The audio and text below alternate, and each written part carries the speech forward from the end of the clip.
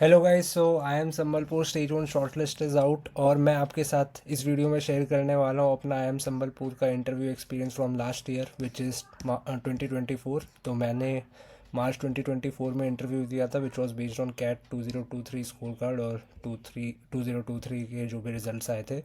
तो भाई ऐसा इंटरव्यू तो मैं पहले ही बता दे रहा हूँ, मतलब मेरे को तो समझ में नहीं आ रहा था एमबीए का इंटरव्यू चल रहा है या यूपीएससी का चल रहा है। मैं तो भाई इंटरव्यू के बाद फुल डिप्रेशन में आ गया था, क्या हो रहा है मतलब समझ में नहीं आ रहा था। तो इससे पहले मैं वीडियो पे जाऊँ और बताऊँ मेरा एक्सपीरियंस कैसा था, मैं बता देता हूँ। मेरा कन्वर्ट हो गया था, अब कैसे हुआ मेरे को नहीं पता, बिल्कुल बेकार गया था मेरा इंटरव्यू। मैंने 15 में से आई थिंक 10 क्वेश्चन के तो डायरेक्ट आई डोंट नो बोल दिया था। अब जैसे भी ये हो गया कन्वर्ट, फिर मैं एक बार आपको दिखा देता हूँ कि अभी लोग सोच रहे होंगे कि आई एम संबलपुर तो कैब के प्रोसेस में आता है तो उसका अलग से इंटरव्यू कैसे हुआ, तो मैं दिखा दे रहा हूँ। इसमें अगर आप देखोगे तो इनकी एक स्पेशल ड्राइव होती थी, तो ये इंटरव्यू का मेरा कॉल है आई एम संबलपुर का।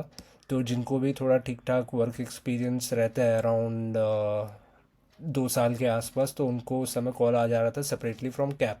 तो मेरा कैप का कॉल नहीं आया था बिकॉज मेरी 92% आई थी और कैप का 94 गया था कट ऑफ। तो कैप का मेरे को कॉल नहीं था, तो इन्होंने सेपरेटली मेरे को मेल किया था एम संबलपुर ने। तो यस, सेपरेट प्रोसेस था लास्ट ईयर भी 2024 में और आई थिंक 2023 में भी था। तो उसी से मैं अपना जो भी सेपरेट इंटरव्यू हुआ था उसका एक्सपीरियंस शेयर करूँगा। तो दिस टाइम तो आपको पता ही है कैप में है नहीं आई एम संबलपुर, तो उनका अलग से इंटरव्यू होगा। होपफुली इससे आपको थोड़ी हेल्प हो जाएगी ये जानने में किस तरह के क्वेश्चंस पूछे जाते हैं और क्या रहता है एक्सपीरियंस। तो मैं आपको दिखा दूँगा कन्वर्ट हो गया था। सो पहले इन्होंने एक वेट लिस्ट रिलीज़ की थी, फिर जैसे भी जो भी मूवमेंट होती है 1 महीने के अंदर हो गया था कन्वर्ट। फिर मैंने इनकी फ़ीस वगैरह नहीं भरी थी क्योंकि मेरे को ज्वाइन ही नहीं करना था। तो 40 के अराउंड ये लोग कुछ बोल रहे थे। उसके बाद ये है मेरा कैट स्कोर, तो 92 आई थी मेरी। तो यस, 92 में कन्वर्जन पॉसिबल है, फेयर चांसेस। सेक्शनल सारी क्लियर है। वर्क एक्सपीरियंस मैं वैसे भी अपने पुराने वीडियोस में बता ही चुका हूँ, अमृतसर और शिलोंग के वीडियो इंटरव्यू एक्सपीरियंसेस में, फिर भी बता दे रहा हूँ। मैकेनिकल इंजीनियरिंग है, 2 साल गैप है।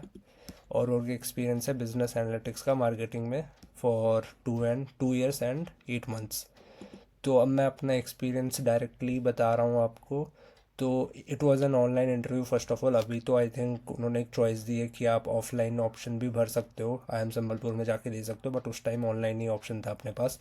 तो the duration was around 15 minutes के अराउंड होगा, 10 to 15 मिनट्स लगा लो, सबका ऐसे ही चल रहा था।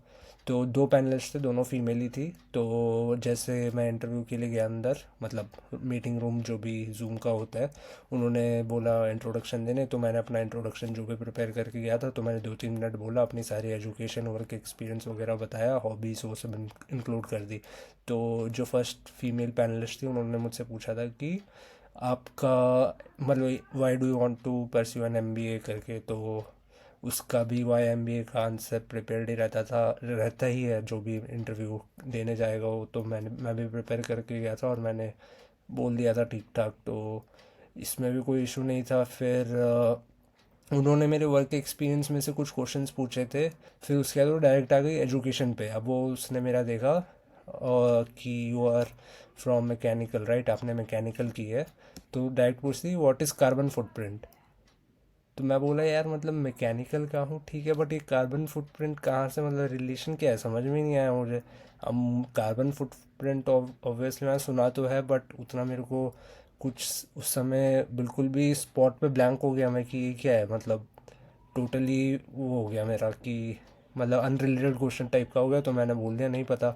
फिर सेकंड जो फीमेल पैनलिस्ट थी उसने टेक ओवर कर लिया, उसके पास एक पूरी लिस्ट थी सारे क्वेश्चंस की और उसमें से वो पढ़ के आई थी जितने भी बच्चे आ रहे होंगे इंटरव्यू के लिए सबसे वैसे उसी टाइप के क्वेश्चंस या उसी लिस्ट में से क्वेश्चंस पूछ रही थी। तो उसने पूछा मुझसे कि न्यूक्लियर रिएक्शन कैसे होता है, मतलब उसका प्रोसेस क्या है। तो भाई मेरे को बस इतना पता था फिजन होता है फ्यूजन होता है, बट डिटेल में उतना नहीं पता था। तो मैंने बस ये दो डिफरेंट टाइप्स बता दिए थे फिजन और फ्यूजन के, और मैंने बोला आई डोंट नो करके, मतलब इतना ही पता है। फिर और ऐसा भी नहीं, वो कोई रिएक्शन ही नहीं दे रही है भाई, वो डायरेक्ट मतलब ठीक है ये आता है, ठीक है नहीं आता, नेक्स्ट क्वेश्चन। तो नेक्स्ट पूछी उसने आईओटी। आईओटी का मेरे को भाई उस समय डायरेक्ट बस फुल फॉर्म पता था, इंटरनेट ऑफ थिंग्स, आगे कुछ पता नहीं था, वही बोल दिया मैंने। फिर उसने पूछा मुझसे 4 पिलर्स ऑफ आत्मनिर्भर भारत। अब भाई मैं बोल रहा हूँ यार, मैं मतलब करंट अफेयर्स पढ़ के गया हूँ, लेकिन ये तो भाई मतलब एसएससी यूपीएससी के क्वेश्चन से ये सब क्या है, मतलब आत्मनिर्भर भारत के 4 पिलर्स मैं एमबीए के एग्ज़ाम में थोड़ी पढ़ के जाऊँगा, मैं डायरेक्ट बोल दिया आई डोंट नो। फिर थोड़ी मतलब सोचने की एक्टिंग की मैंने, लेकिन उसे बोल दिया मैंने आई डोंट नो। फिर उसने पूछा how many fundamental rights are there or how many fundamental duties are there. तो फंडामेंटल राइट्स का मेरे को दिमाग में था, क्योंकि आई थिंक 23 में मैं एसएससी का जब भी प्रिपेयर कर रहा था थोड़ा पढ़ा, तो मैंने बोला था 7, बल्कि होते हैं 6। तो मैंने 6 बोला था, तो उसने पूछा था आर यू श्योर, तो मैंने बोला कि अभी मेरे को वही दिमाग में ही आ रहा है कि 7 होते हैं। तो बोली ठीक है। फिर पूछी थी वही फंडामेंटल ड्यूटीज़ का। तो फंडामेंटल ड्यूटीज़ मैंने उस टाइम आई थिंक मेरे को कन्फ्यूज़न हो रहा था 11 और 21 में। तो मैंने बोला कि अगर 21 बोल देते तो बहुत बड़ा गैप हो जाएगा ना, अगर 11 आंसर हुआ तो 21 काफ़ी बड़ा गैप हो जाएगा, तो मैं सोचा कि सही नहीं रहेगा, तो इसलिए मैंने वो छोड़ दिया, मैंने बोला नहीं पता करके। बट अगर आप उसका आंसर देखोगे तो 11 फंडामेंटल ड्यूटीज़ होती हैं। तो उसने फिर अगला पूछा ड्यूटीज़ बी लीगली एनफोर्स्ड। तो इसका आंसर मैंने सोचा सोचा सोचा, उसे मैंने बोल दिया कि हाँ, बल्कि इसका आंसर नहीं है, मतलब fundamental duties are non justiciable. तो मतलब कोई भी आपको कोर्ट या जेल नहीं ले जा सकता अगर आप कोई फंडामेंटल ड्यूटी फॉलो नहीं करोगे। बट उस समय पता नहीं, मेरे को इसका एग्जैक्ट मतलब नहीं समझ आ रहा था लीगली इन्फोर्स का, तो मैंने इसको बोल दिया था यस। तो उसने उस समय कुछ नहीं बोला। फिर उसने पूछा नेशनल एजुकेशन पॉलिसी के बारे में बता। तो इसका मैं थोड़ा सा पढ़ के गया था, क्योंकि ये बाकी आईएम के इंटरव्यूज़ में भी ये पूछा जा रहा था नेशनल एजुकेशन पॉलिसी।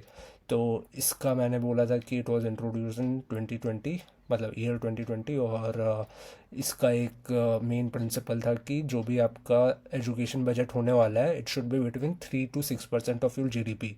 तो ये पॉइंट पता था। फिर मैंने एक दो फीचर्स बता दिए थे कि लाइक इस पॉलिसी में आप केंद्रीय विद्यालय या सेंट्रल गवर्नमेंट जो भी स्कूल्स होते हैं तो उन पे ज़्यादा फोकस रहेगा उनको अच्छा और बेटर बनाने की। फिर आप टीचर्स की भी अपस्किलिंग करेंगे, ऐसे ऐसे कुछ पॉइंट्स मैंने बोल दिए थे, तो ये पता था मेरे को। फिर उसने थोड़े ईजिया पूछे कि next FIFA world cup location कहाँ है, तो ये मेरे को पता था यूएसए, मेक्सिको और कनाडा, तो ये मैंने बोल दिया। फिर पूछती recently inaugurated atomic power plant. तो ये थोड़ा बहुत मेरे को आइडिया आ रहा था उस टाइम, कहीं तो इनाग्रेट किया था मोदी जी खुद ही गए थे, तो शायद मेरे को लग रहा था तमिलनाडु में, तो मैंने तमिलनाडु में बोला था।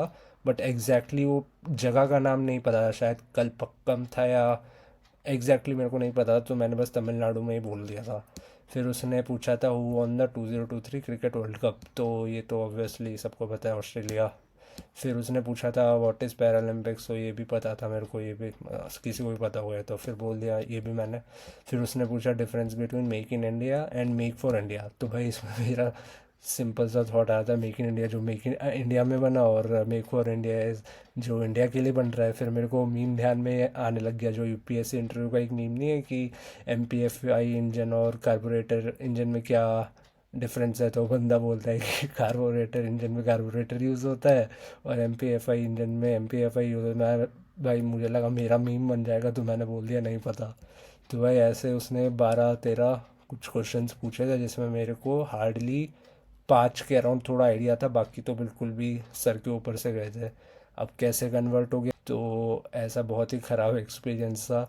बट स्टिल आपको भी फिर होप रखनी है, अगर इस टाइप का भी इंटरव्यू जाए तब भी कन्वर्जन के चांसेस होते हैं।